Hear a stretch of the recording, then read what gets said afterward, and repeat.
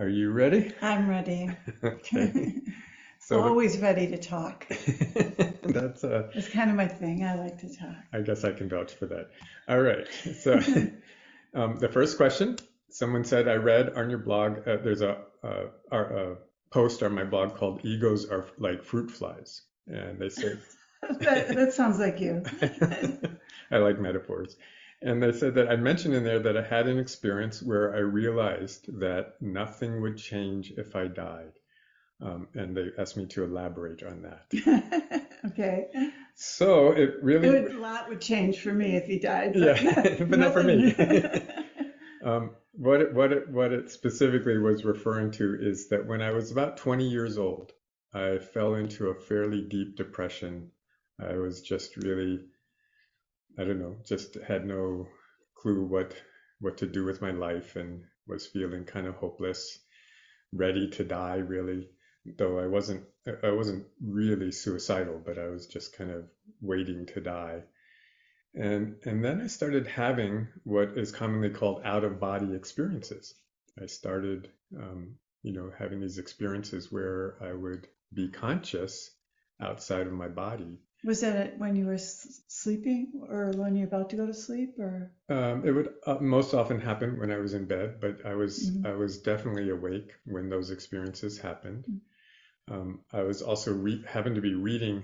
Some of you might be familiar with the Seth books, which are very metaphysical and talk about how, your soul exists beyond human death. And so that the combination, like the experience of being outside my body but still fully conscious, and this really strong desire to be done with life. I used to actually wish that I would wake up in my dreams and not in my bed. It seemed like that would be great. I could just go somewhere else and not have to deal with the problems in my life. But that those out of body experiences, somehow something clicked, and I like got it in my bones that where if I did die, that I would still be me. I would still have all of the same problems. It would still be this, everything would fundamentally be the same, even though I wouldn't be in a body anymore. And paradoxically, that realization, that you could see how that realization might be like, oh, great, even if I die, it won't make any difference. I'll still be just as depressed, just as hopeless. But it actually like flipped it inside out. And I realized, well, if I can't even get away from all this, all my hopelessness and despair, if I can't get away from it by dying, then something in me just shifted and said, well, I might as well just enjoy myself then. And so I like literally the next day I picked myself up, that saying, I picked myself up by my own bootstraps and started living my life again. I took off and went skiing for a while in Colorado. I came back. I got a job designing and installing solar energy systems. I just started living again because There was, hey, there wasn't any reason to die because it wouldn't fix anything. hmm. So it was paradoxically a very freeing realization that even dying wasn't really an escape or an exit from the who and what I really am and was, which is this consciousness, this awareness. And I would think that also just the idea that you could die meant that, well, why not take this world lightly? Why not just, go for it or just do whatever? There's like nothing to lose. Just no, take it lightly and just, do whatever because it's just life. It's just, and it's going to end. So, just, you know, Live it up. something like that. Yeah, yeah. Paradoxically, and since that time, I couldn't really kind of get into, even when I was feeling kind of sad or depressed, I just couldn't really get into it anymore. It was like, Poor thing. oh yeah, that whole thing. I don't need to give that too much attention because, hey, it's just, a Well, past I think experience. the nature of the ego is that it's like zooms in on this sense of self, and then all of the conditioning around what the sense of self has to be like is so big and so important, so real. And whenever you can zoom out, no matter what might help you do that, to see that that it isn't moment to moment, things aren't that important. It's okay. It's okay just the way it is. It's not that important. In fact, that's a really good mantra. It's not that important, because the ego holds everything as so important. Mm-hmm. It's important to who? Important to me, to my self-image, to my life, to my self-image. When really, from the soul's perspective, this is such a brief moment in our eternal existence. This entire life, much less any moment to moment, and also implied in that importance of what happens is the sense that somehow you are responsible for everything that happens. Your ego feels responsible. If something doesn't go right, that means I'm not right. Something goes right, that means I'm right. It takes everything personally. But when you're zoomed out, you can see that, oh, hey, I'm just part of this play that's going on, and the cards fall the way they fall, and I'm not responsible for every little thing that happens. It doesn't mean anything about my worth or my life. And so, there's just such a different perspective that the ego makes life just so important and so difficult in that importance. And the reality when you zoom out is just that, hey, we're just on this ride. We're on this ride, and we're contributing to that ride by our choices. But this ride is just taking us, and it's taking all of us, and it's a big, messy ride. Messy ride. We're just not in control of it, and it's based on making mistakes. Based on throwing spaghetti up on the wall and seeing if it sticks, and then trying something else and whatever. That's how it's all set up, and there's nothing wrong What a with waste of good spaghetti. that. So, it's interesting because Gina uses that word ego a lot. And for me, uh, I've always kind of pondered this idea of identity and identification, and how my sense is that that's how we create suffering out of our experience, is when we try to form an identity from it. And what's kind of strange is that we can suffer even when we form a positive sort of Mhm. identity out of our experience, because you can't maintain it. Mhm. Something good happens and we start to have this like positive identity. I'm a winner. I'm And successful. right, and it doesn't, as you probably have realized by now, when something good happens, you know the good thing that happens probably won't last, and the good feeling that it gives you definitely doesn't last. But we're trying And the ego raises the bar. yeah. Oh, do you think that was success? No, that wasn't success. So the ego is always trying to form an identity, form something solid and fixed, and that you can like say, okay, now I know that I am okay, or I am good, or I am good enough, or and of course, then it flips into, oh, I'm not okay, I'm not good enough. And it's not really the what happens, or even the story of it being good or bad. It's when our identity gets attached to it that it feels like, as Gina was just saying, that's what makes it so important. You know, It's some important to me. Yeah, something that's happening to, or happens to somebody, somebody you've never met who lives in Oklahoma. It's not that you don't take it as being that important, because it's somebody else. They're in Oklahoma. I don't know them. If there's this sense that it's happening to me, and not only that it's happening to me, but that it means something about me, And that kind of struggle or effort to manage that story Mm. is the source of the suffering, not how it actually goes moment to moment. Yeah. And you never get there with the ego. It keeps changing the goalposts, right? Keeps moving the goalposts.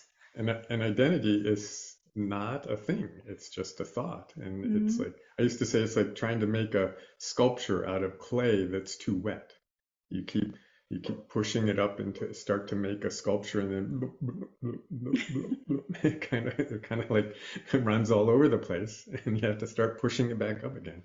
And that's what our ego, our identity, our sense of self is. It's like this struggle to manage this fluid substance that won't take on and keep a shape. Right. Right. Let's go on. Okay. So we're getting some metaphysical questions here. Someone said years ago it was shared that Jeshua and Babaji were in charge of this time of the atonement or shift. Has Jesus, Jeshua, or friends talked of this? The message about the Divine One holding the cosmos in each of us above and beyond the individual soul was heartening and beautiful. Well, different things come through different channels, and I'm sure there's some truth to that, but I don't know if it would just be Babaji and Jesus. All of the ascended masters, their position, their task is to oversee humanity on earth, and they do other things too. So I'm sure that's true, that they are Involved, at least. involved in overseeing and guiding humanity as a whole. I'm not sure what that all means.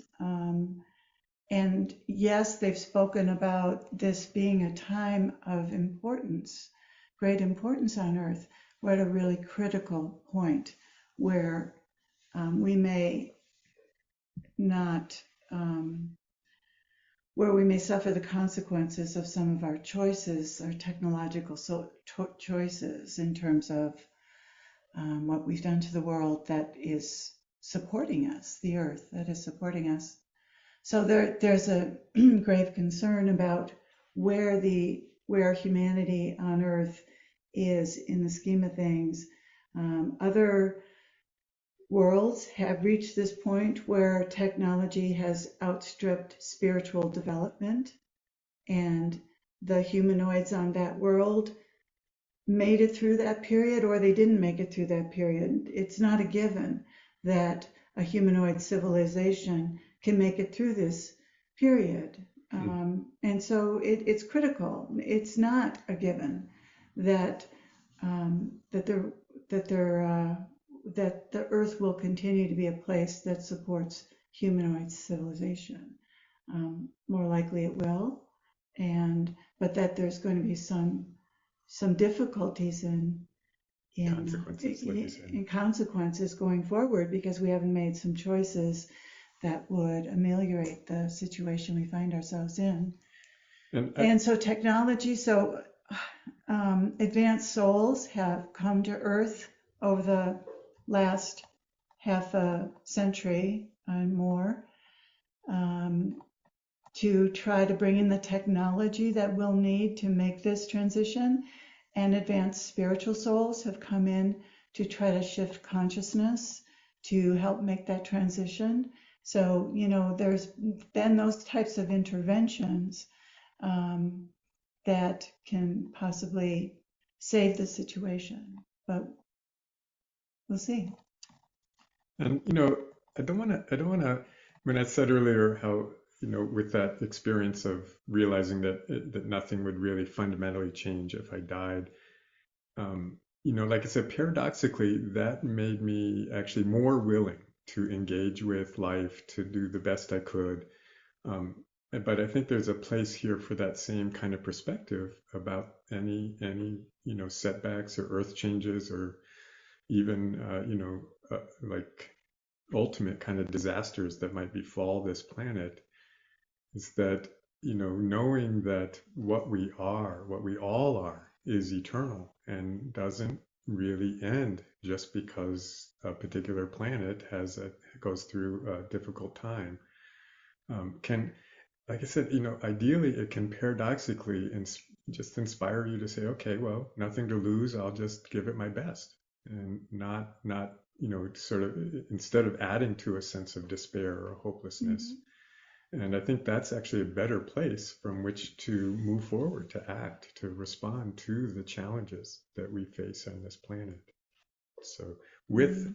back to the question, with the help of Jesus and the ascended masters, there's no reason not to take full advantage of their help And because not to it's feel available. overwhelmed or victimized or hopeless about the situation, but to know that every little thing that each of us does matter, and to just carry on as best, just do our best. That's all we can do.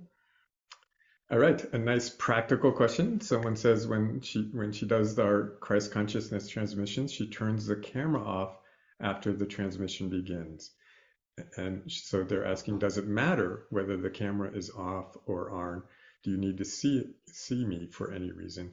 And the answer is no. We Right. don't need to see you. It works just as well, camera on, camera off. I Mm-hmm. sometimes mention at the beginning that it's nice to, if you can turn your camera on for a moment.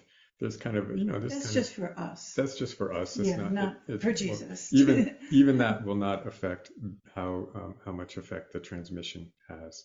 So Yeah, it's just a whatever's, friendly, we just kind of like it on a yeah. personal level.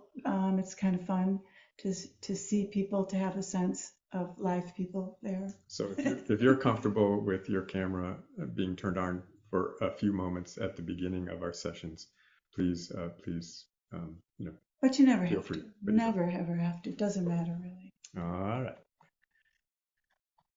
This is a deep metaphysical question, kind of in line with what I was saying. How do we put an end to future incarnations? Do any of your books speak about this?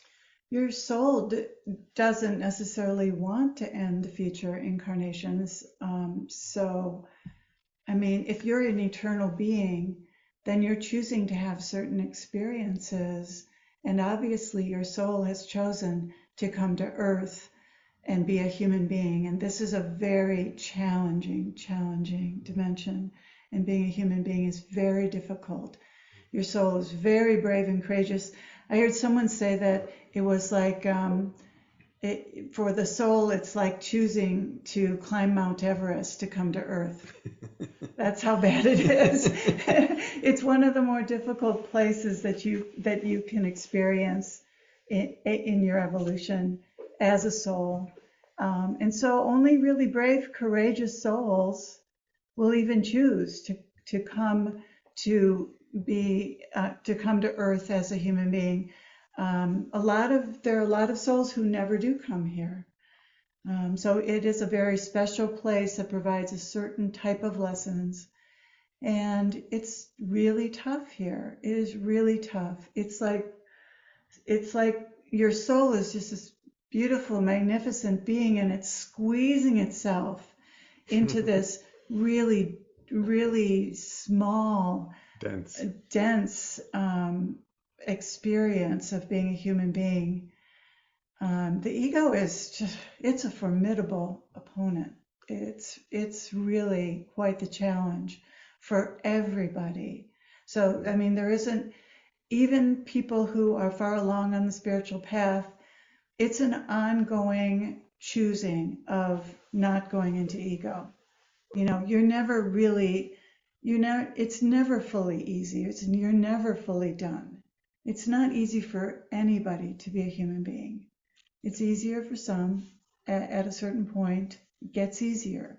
But I But would, it's, and I'm saying that because we need to have compassion for ourselves, and that's not what you get from the ego. Um, but, that compassion for, I can't tell you how many times the being before Jesus and Jesus has said that to me. Being a human being is difficult. He would say, it's hard to be a human being. It's hard. hmm, And that was helpful to me because, yeah, It is hard because we're always feeling like we're failing. We're always, we're never going to live up to some saintly idea. That was what I wanted to be, as a saint of something. There is no such thing, not in this human form. And so you can relax a little bit in your imperfections and whatever. Don't relax too much, don't be a jerk. But, give yourself some slack. It's hard to be a human being. I would just add that the question itself is totally understandable. Using Gina's metaphor of climbing Mount Everest, I can't, I'm sure that almost anybody and everybody who's ever climbed Mount Everest has gotten 3/4 of the way up and said, why am I doing this? This is so hard. I can't breathe. It's like, oh, I'm cold. It's like, how do I get to the end of this trip? It's like, I can't wait to get back down and get back in my warm sleeping bag. And, so wanting to put an end to it is totally normal and natural. And yet, there's also, and maybe you can reflect on this, there also is, sometimes the more challenging something is, the greater the reward. And that it's hard to keep that perspective in the midst of the most uncomfortable or difficult parts of an experience. But it's especially true on the soul level. And I think every now and then we also kind of are able to gain that perspective on our life. Many decades ago, I signed up for and did a master's program. And, it was like, all these papers all kinds of work I had to do, and it was hard, and I'd sit down at the computer, and it was really hard. And then one day I was like working away at the computer, and I, I was like surprised because I was like really enjoying writing this paper. It was like really hard to get everything down, the words, and get it, say what I wanted to say. But you were into it. But I was into it, and it was rewarding. And so I'm sure that also happens for everyone who climbs Mount Everest. Keith, you're going to jump out of your body at the end of your life and go, when can I do it again? Yeah, and probably, a lot of people get down from climbing Mount Everest, say, okay, let's go up K2 now. They start planning their next adventure. When you're an eternal being, what else are you going to do? Yeah, you got a lot of time on your hands. All right. So now someone's asking about this theory that we are living in a matrix or hologram that is an illusion. And they point out how there's some kind of similar wording in wisdom teachings. But this theory suggests it's more like a computer program. What is coming to me is like, let's say that was true. It's like, okay, so what? This is the program. We're here. We're living this program, and knowing that is illusion, kind of like knowing that that nothing changes when you die. Maybe it would kind of free you to just like get into the program. Like, why not take full advantage of this matrix, of this whatever it is? I'm sure it's probably not a physical computer like the one that's sitting in front of us so we can talk to you. But if it's something very similar, if it's some structure within consciousness that creates these amazing illusions, it's like, well, it's like, at some point you signed up for this kind of virtual reality game called Life on Earth, and here we are. So I'm not sure it matters. I guess I'm saying I'm not sure it matters that much to really understand it on the ultimate level. What's really, really, really, really going on will probably always remain a mystery anyways. I think there's some truth to the metaphor of matrix or computer. But what that leaves out is love and why we're having the experience we're having and the purposefulness of it. And so, when you think of it as just a computer program, when you think of AI, it's very soulless. But this experience is anything but soulless and heartless and loveless. Mm. It's not just a game. Hmm. It's a game with a purpose, a game with a beautiful purpose. Mm. But yeah, I think the computers help us understand things like programming, and programming is a part of creating this illusion. Without programming, we couldn't create the illusion. The illusion couldn't be created that we are a separate individual, separate from God, or separate from source, or separate from life.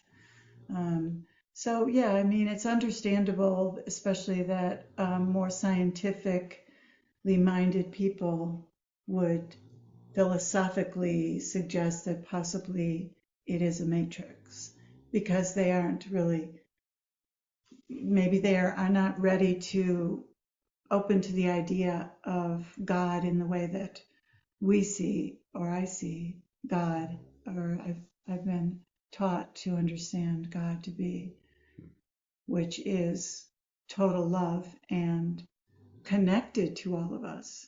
So it's not like it's It's not impersonal. It's well, not. and it's not like we don't exist. Um, well, anyhow, maybe enough said. All right, here's a more practical question again. Somebody says they've been really tired, and when they meditate, they're often falling asleep in the middle of it. She's trying to get more rest, and but in the meantime, she says she's been told that she's been training herself to fall asleep. That's like a positive perspective, aren't it? Like, oh, you're getting good at falling asleep. So better, but maybe better to meditate for a shorter time. Um, I, Better to meditate early in the day oh when yeah, you're not tired. Better to get more sleep. I mean, the obvious is the obvious. if you're falling asleep when you're meditating, then either you're doing it meditating too late in the day, you're not getting sleep at night, you're meditating when you're tired. So, the solution is meditate earlier, don't be so tired, sleep more, and and things like also, that. hold always hold the results of your meditation very lightly. If But you fall asleep, there's no harm done. yeah, yeah, yeah. Yeah, and you can even. I actually had But one of my, meditating a shorter amount of time, that's not going to do you that much good. yeah, longer It, you meditations know, are don't better. longer meditations are really important. A short meditation, yeah, that's nice. It'll relax you a little, but that's not going to give you a lot of progress on the spiritual path. At one of my spiritual teachers, actually, someone asked this question about sleepiness that would arise during meditation. And his take on it was, when I get sleepy during meditation, I just figure I need some extra sleep. Yeah. So I let myself fall asleep, and then when I wake up, I usually can then have a really good meditation Mhm. subsequent to having that extra bit of rest. Yeah. So if your system, your body, your energy field needs that extra rest, Yeah. don't hold it lightly, don't worry too much about it. If possible, meditate even longer after you wake up. Mhm. That's take advantage of the refreshment, or the and not just refreshment. Or meditate in the morning. Yeah, but not just refreshment. Sometimes the period right after sleep is you're already in a kind of Mhm. more relaxed, Mhm. uh, less mental kind of state, and so that could be a very productive time to meditate. Mhm. Is right after you've fallen asleep, meditating. Yeah, I hadn't thought of that. Yeah. All right. So this is a why question, which is always one of the ones that you probably never get a satisfying answer to. But why does God use guides, angels, and ascended masters to guide us instead of talking to us directly? Is there an individual voice to God? And I don't know, I would, They are the voice to God. yeah. And also, you know, ultimately it's all one. So even if you're hearing something from, inwardly from a guide or an angel or a master, or if you're hearing something from a recording of Jesus saying something, it's really or if it's just just a insight and understanding arises in your own awareness. It's all good. It's just like we have jobs here, there are certain jobs that beings have on certain levels. And so that's their job, is to assist in communication. And, you know, somebody's got to do the various jobs of God. So there are various forms of God doing God's work. It's like you could look at it as the angels, the masters, and the guides are like God's hands, or God's mouth, rather. They're God's mouthpiece. And then, so it's all the body of God. Let's put it that way. All right. Listening to you, I felt for a long time that it is a dream, and we can make it a happy dream by simply knowing that it is still an appearance of reality. Is that not so? Yeah, it's kind of the theme today. Mm-hmm. Is yes, it's a dream. Yes, it's a matrix. But so what? Enjoy it. Get the most out of it that you can. Well, in one of the messages about is the world an illusion? It's called. It's on YouTube. If it's all one, then whatever is happening within God. So you could say that just like our dreams happen within us, these lives and experiences are happening within God's mind, you could say, because there isn't anything separate from God, from God's mind. God is everything. So, in the sense that our dreams are an illusion, everything that happens is happening within God. You could say it's sort of like a dream of God. Creation is like happening within God. So you could say it is an illusion in the sense that it isn't real outside of God. But that really doesn't make it not real. I mean, so it is, the answer to that question, is the world an illusion, in this message, is that yes, it is an illusion, and no, it is not an illusion. My favorite definition of illusion is that an illusion is something real appearing as something other than what it really is.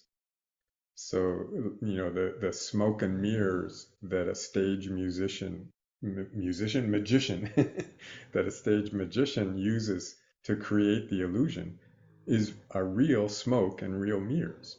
It's, they are using something real to create an appearance.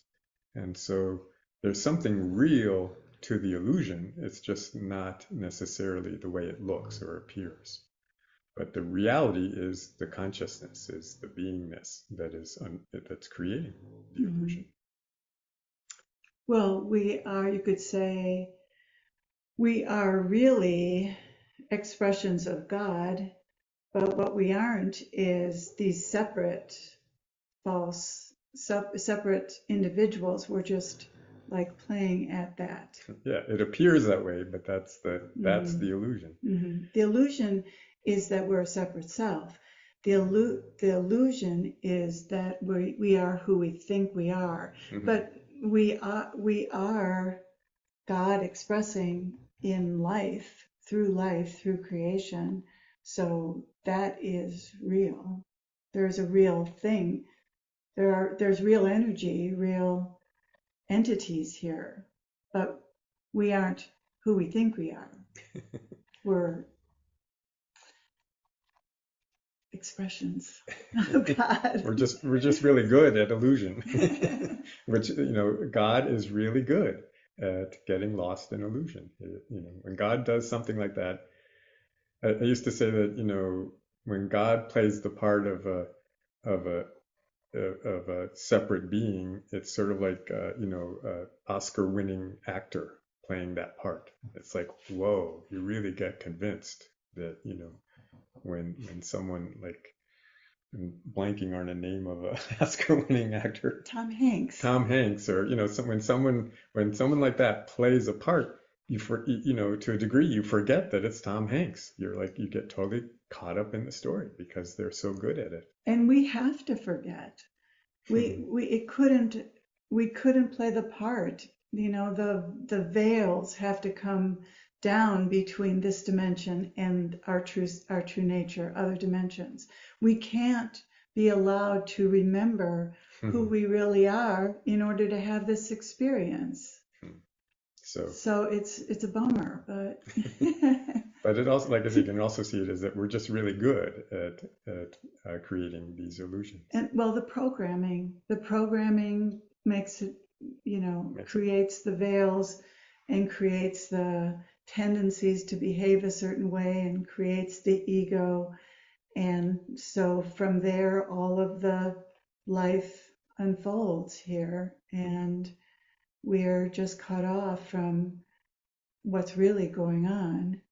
But then it's pretty wonderful that God sort of has messengers like Jesus and other enlightened beings who are always sneaking in the truth somewhere throughout the centuries. There's always been someone who had an inkling of what was really going on. Mhm. So thank heavens for that. Yeah. All right. This is a sweet question. Someone said, intermittently, I feel overwhelmed by being head over heels in love with the divine, weeping with gratitude and joy and longing. It seems I vacillate between longing and bliss. And yet lately, a new feeling has been happening where I glimpse a very quiet space of seeing that everything is equally God and there is nothing to do. There's a profound calm, very different from the bliss. Is that deep bliss and weeping a stage before a later stage of inner quiet opening up? I also feel less connected with the world, which can be challenging. I feel like I need some kind of orientation on what is happening for me. This is all good news. People are a little bit different in how they experience the spiritual unfolding. Some people never have an experience of divine devotion and longing for the divine. That's more of a mystical experience, an experience that mystics have. So both of these experiences that you've described are such a blessing and wonderful, not one better than the other, not one before the other, both all a perfect unfolding in your own way, but very good signs. For about 10 years, I was a student of something called the diamond approach. And I really loved the metaphor at the center of the diamond approach is obviously a diamond. And it suggested that our being is a kind of diamond that has all these different colored facets, just like a physical diamond. And, it includes things like love, devotion, bliss, and then also peace, which is totally different than, kind of It's divine not so love. wet. Yes, that's true. It's drier, emptier, it's like a depth of kind of darkness or blackness or emptiness that is equally Equanimity. It's equal to love and bliss and a whole big range, compassion, strength, clarity, all these different aspects, all these different facets of the diamond. And another wonderful thing about this metaphor is they're all equally diamond. You can go deeply into any facet of the diamond and reach the core, reach the essence of the absolute reality beyond even these very subtle different qualities of being. Yeah. And so, like Gina said, all the different facets are equally profound, equally valid, equally worthwhile. It's not like, oh, don't get caught in bliss because there's peace and peace is better than bliss. No, it's like the ideal is a wonderful kind of flexibility to experience all of the aspects of your true nature, of your Hmm. being. And what unfolds within your being as your experience is totally unique to you. Totally. It's not going to be like anyone else's unfoldment. Okay, Hmm. someone's asking which of our books we recommend for to begin with. Well, I think that In the World But Not of It is a really good basic introduction to the teachings, even though that wasn't the first one. I think it's one of the most popular books of mine, and I think it has very clear presentation of the basic teachings. As far as non-Jesus books, for somebody who's not so keen or open to channeling or open to Jesus, my book From Stress to Stillness is a really good basic book about the same teachings, but like it isn't a ostensibly channeled book. It's not said to be channeled by Jesus. It was channeled, given to me by my previous teacher, but it's in my voice.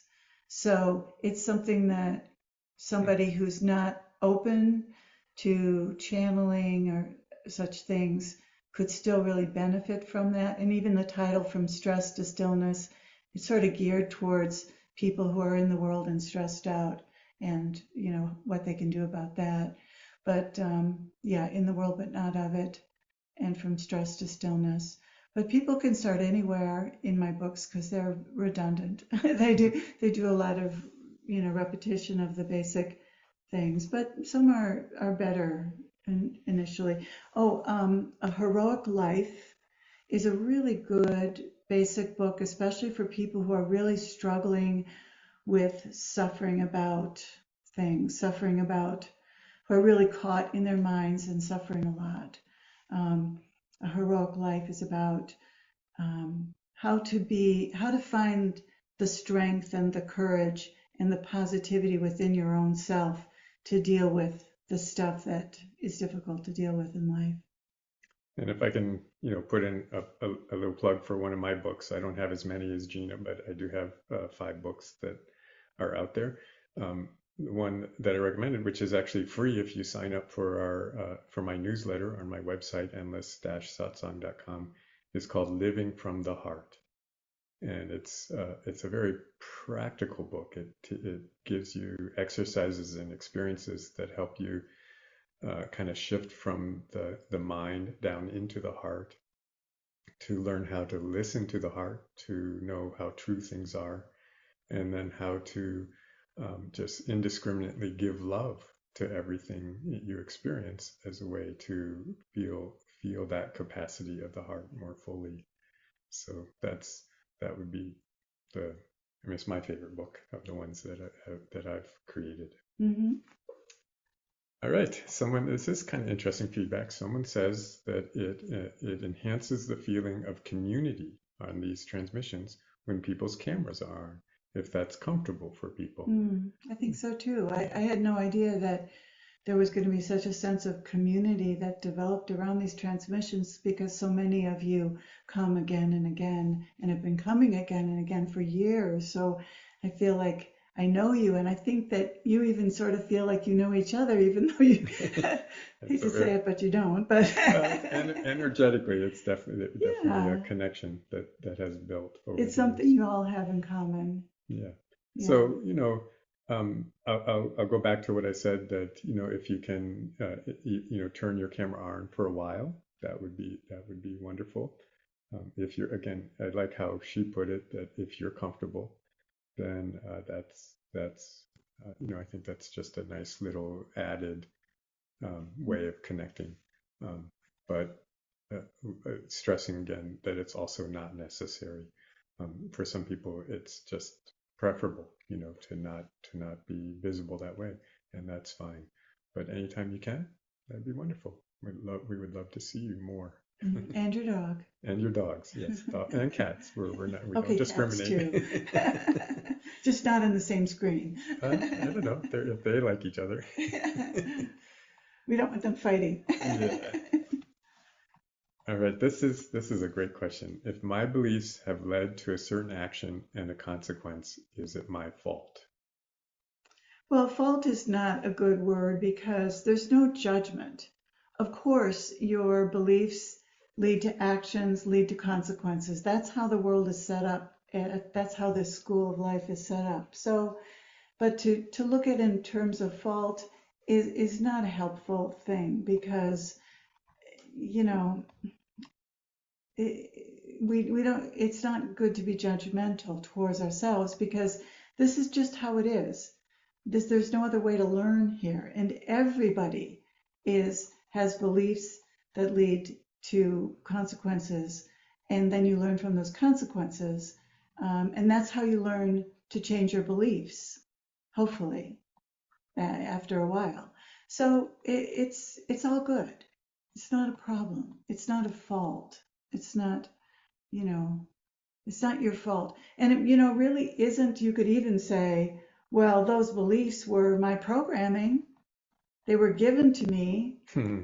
Um, are you responsible for the thoughts that arise in your mind?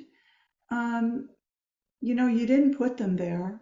Absolutely. You didn't put them there. So those aren't really your fault. What you do with that, what you do with those thoughts, that does tend to be your responsibility. Let's use the word responsibility.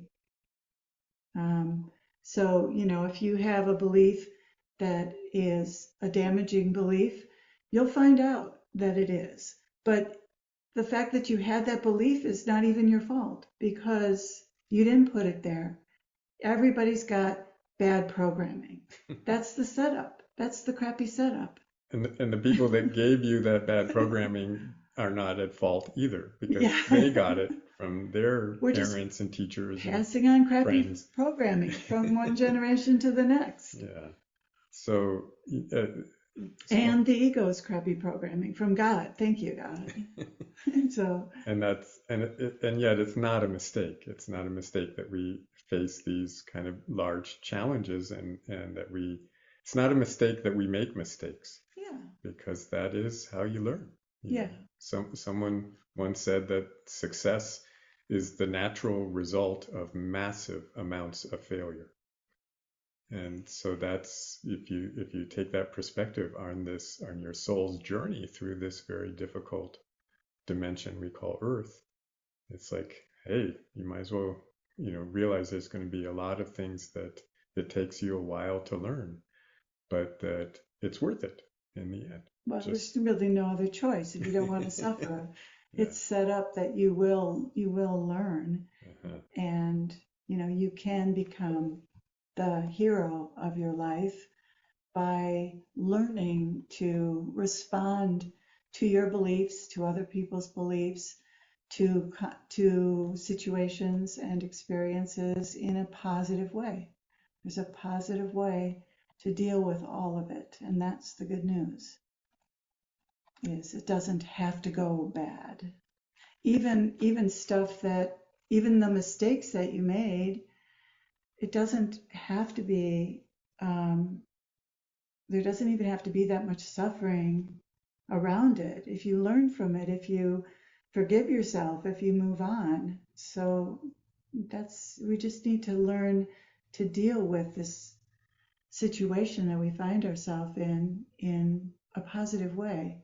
And what I said earlier about that, what really creates the suffering is the identification, is becoming overly identified. And so this idea of being at fault or blame, if you can see that bigger picture, that obviously you're not to blame for your conditioning, and that the people that gave it to you are not to blame for your conditioning. It's like your identity, you don't have to identify with the mistakes or the problems or the challenges that you face. They aren't yours in a very direct and real sense. They are not yours. They're just the human condition.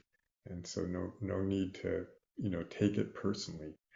I wrote another one of my books. The title is Nothing Personal, and that's it's a good mantra that nothing about this journey, this experience, is really about you in a personal sense. It's just an experience that your soul chose to have, by, taking on the illusion of something personal. But ultimately, it's Mhm. not. Your soul's loving it all. It Mhm. really is. That soul, I tell you, it's an indiscriminate lover. It loves everything. I actually used to say that our essence, our being, is a total slut for experience.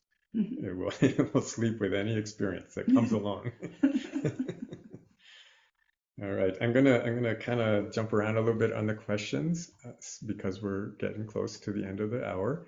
I'll remind you again, if a question, especially if it's one that you really really want to explore, feel free to contact us through the contact forms on our website. We're always responsive to that.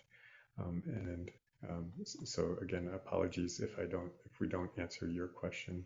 I see Barb is asking about the inner child. My latest book, Angels, Masters, and Guides, has a section in there about how to work with the inner child. Angels, Masters, and Guides. And saying, is the inner child a separate energy from the self? It's all one energy. It's all one thing. It's And yet these, it's a complex. It's a psychic complex, yeah. a psychological complex. It within the subconscious. And I joke often that instead of getting in touch with my inner child, I've been getting in touch with my outer old man. So, That's been happening for a while, honey. yeah. So these identities are the illusion. And so yes, there is a kind of reality to them in the same way that the images on a movie screen have a reality. They are there. You can see them. They trigger things in you. They create experiences. So the inner child has a kind of reality, but just not a fundamental reality. It Not a affects you from the subconscious. Yeah. Subconsciously, there's a belief, a conglomeration of beliefs that make up the inner child, and those beliefs and emotions that are all wrapped up in those beliefs that sit in the subconscious affect the thoughts that run through your mind. And of course, those thoughts that run through your mind affect your sense of self, how you feel about yourself, how you feel about life, how you feel about others, how you respond to life, what you do, your whole experience of life. So, our subconscious beliefs are entirely It's strange to say they're real, important. just not very real. They have reality, they have an effect. Another spiritual teacher of mine used to say that his definition of reality is anything that has an effect. Mhm. And so our inner programming, our beliefs, they all have some reality.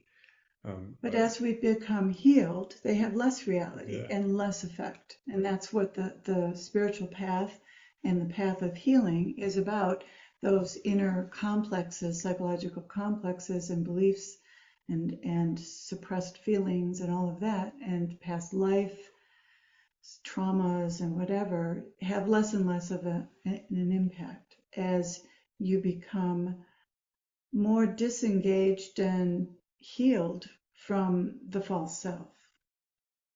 All right. I think maybe we'll call it there Yes, because because we need to take a break now yeah. and come back and do the transmission. Yeah. So, Mhm. we'll start again in about 5 minutes. So let's say 2 minutes past the hour, and we look forward to sharing with you the second hour with the transmission. Yeah, thanks for all your good questions. And remember, if your And question you didn't can get addressed, turn the recording off. right? If your question didn't get addressed, or if you're just hearing this in the recording and it stirs up a question for you, please get in touch with us. We're always available through our contact forms on our website.